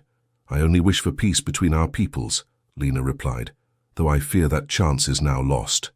Nakohe nodded gravely. "For this season, perhaps. The white soldiers will come, and we will retreat deeper into the mountains. But seasons change, and what seems impossible in one may become possible in another." That evening, around the council fire, Chaitan formally declared his intentions toward Lena, not asking permission, for he was a grown man and warrior, but honoring tradition by announcing it before the elders and his father. "She has proven herself one of us in spirit," he said, his voice carrying clearly in the night air. "She has chosen our path over the easier one offered by her own people. I ask that she be welcomed as my wife and as a daughter of the Apache." Murmurs rippled through the assembled tribe. Many nodded in approval, particularly those who had witnessed Lena's care for the wounded boy Ahote. Others looked doubtful, generations of conflict not easily set aside. But none spoke against Chaitan's declaration. Whether out of respect for him or for his father's authority, Lena couldn't tell. Nakohe rose slowly, his age evident in the stiffness of his movements, but his voice still strong. The ways of the Great Spirit are mysterious. Perhaps this union between our son and the white woman is meant to teach us something we have yet to understand. He looked directly at Lena. If you would be one with my son, you must learn our ways, our language, our beliefs. Can you set aside the teaching of your people and open your heart to a new path? I already have, Lena answered, her eyes meeting Chaitan's across the fire. My heart chose its path the moment we met. The following day, as the tribe prepared to move deeper into the mountains ahead of the anticipated military campaign, Lena and Chaitan were joined in an Apache wedding ceremony, simple by the standards of Boston society, yet profound in its connection to the natural world and ancestral traditions. The ritual bound them together before the tribe and the spirits their people revered. Lena wore a dress of soft deerskin, decorated with beadwork hastily but lovingly prepared by the women of Chaitan's extended family. The ceremony took place beside the stream, with Chief Nakohe blessing their union by binding their hands with a woven cord and having them drink from the same vessel of clear mountain water. As this water nourishes both your bodies with the same essence, he intoned, so may your spirits be nourished by the same love, the same courage, the same wisdom. After the ceremony, as the tribe celebrated with dancing and feasting despite the shadow of approaching conflict, Chaitan led Lena to a quiet spot overlooking the valley. Are you certain? He asked, searching her eyes for any hint of doubt or regret. This life will not be easy. We will always be between worlds, never fully belonging to either. Lena touched his face, tracing the proud line of his jaw with gentle fingers. Perhaps that's exactly where we're meant to be. Between worlds, building a bridge others might someday cross. She smiled, a flash of mischief in her eyes. Besides, I never much cared for corsets and calling cards anyway. Chaitan laughed, pulling her into his embrace. My brave, impossible woman, he murmured against her hair. Whatever comes, we face it together. Together, she agreed, lifting her face for his kiss as the sun set behind the mountains, painting the sky in colors as vibrant and unexpected as the love they had found across the seemingly unbridgeable divide of their worlds. 5 years later.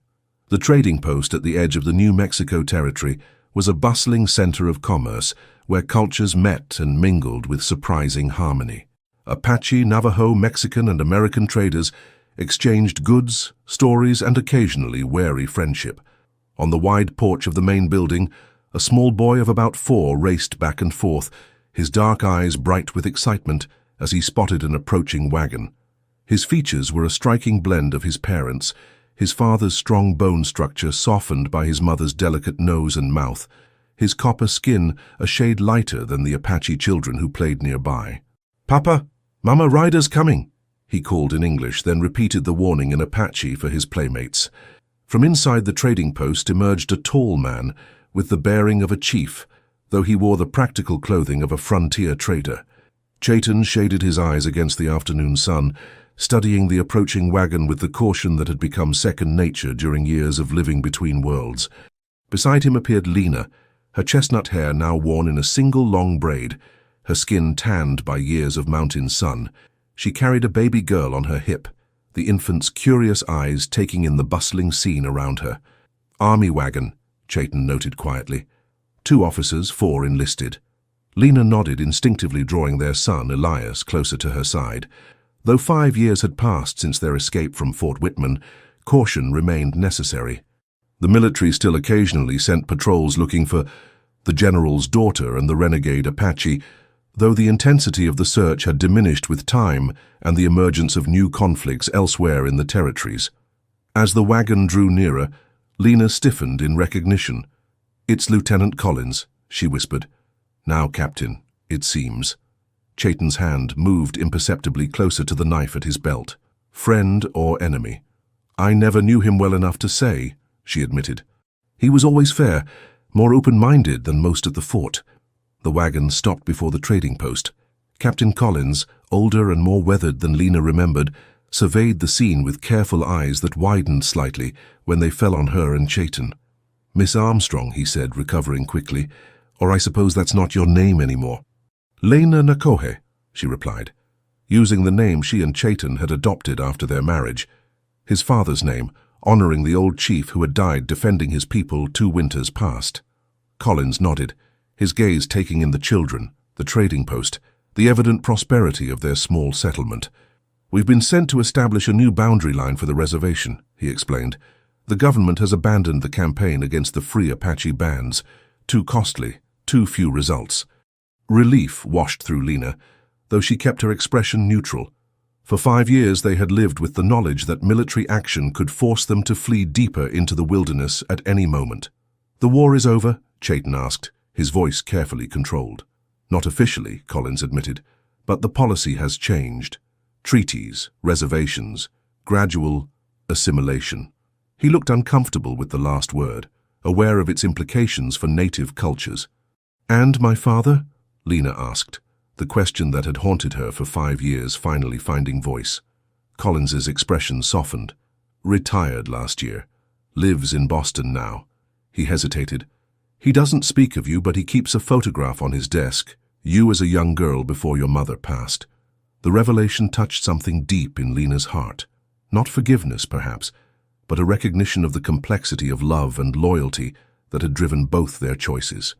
You won't report finding us? Chaitan asked directly. Collins surveyed their settlement, the trading post that served as neutral ground between cultures, the mixed children playing together, the evident peace they had built in this remote corner of the territory.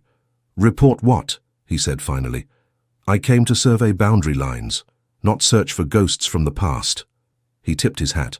Good day to you, Mrs. Armstrong, Mr. Armstrong. A pleasure doing business with your establishment.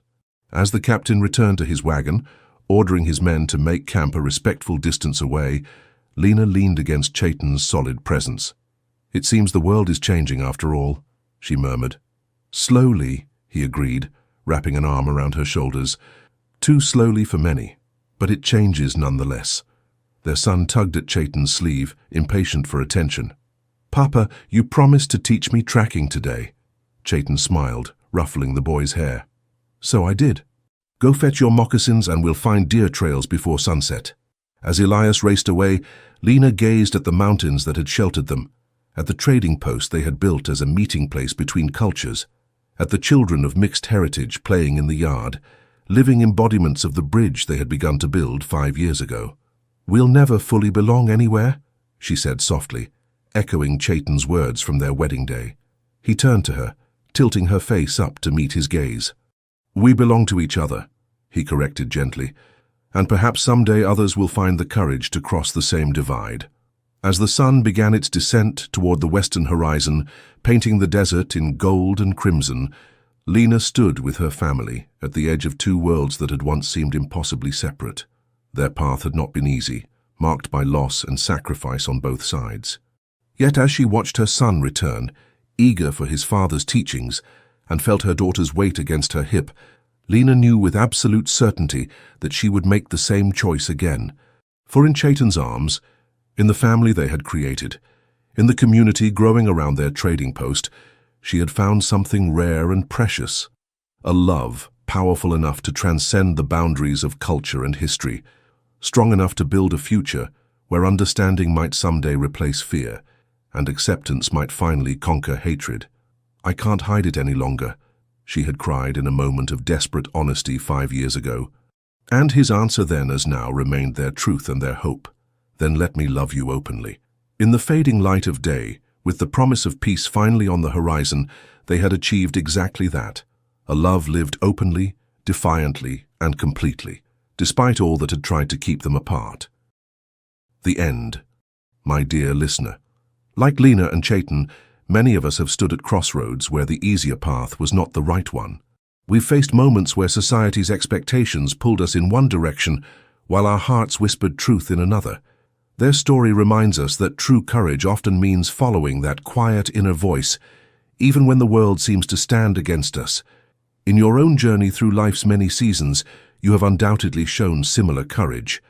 Perhaps in standing by a loved one when others walked away. Perhaps in holding fast to your principles when compromise seemed easier. Perhaps in opening your heart to love again after loss, this same spirit that carried Lena and Chaitan through their trials lives in you too. As you prepare for rest tonight, carry this thought with you. Boundaries between people, whether of culture, belief, or background, exist primarily in our minds. Love, like water, finds its way through even the smallest openings, nourishing unexpected gardens in the process.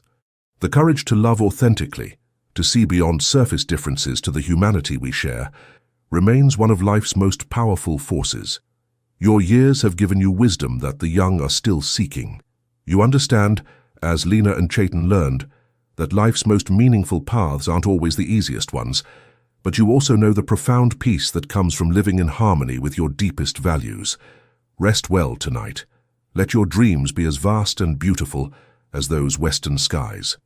Know that your life story, with all its chapters of love, challenge, growth, and connection, is a powerful light in this world. Like our frontier lovers, you have faced your own wilderness and emerged stronger, wiser, and more compassionate. Tomorrow awaits with fresh possibilities, just as each sunrise brought new hope to Lena and Chaitan in their mountain sanctuary. May you greet it with the same courage, the same openness of heart, and the same unwavering belief in love's transformative power. With deepest gratitude for sharing this journey with us. Wild West Whispers. Thank you so much for staying with us until the very end. If this story moved you, please consider liking, sharing, commenting, and subscribing to our channel. Your support truly keeps us inspired to keep telling stories full of love, redemption, and powerful twists. Click on the next suggested story at the end of the video. You'll be surprised and touched by another emotional journey, just like this one. We'll see you there. With love. The Wild West Whispers team.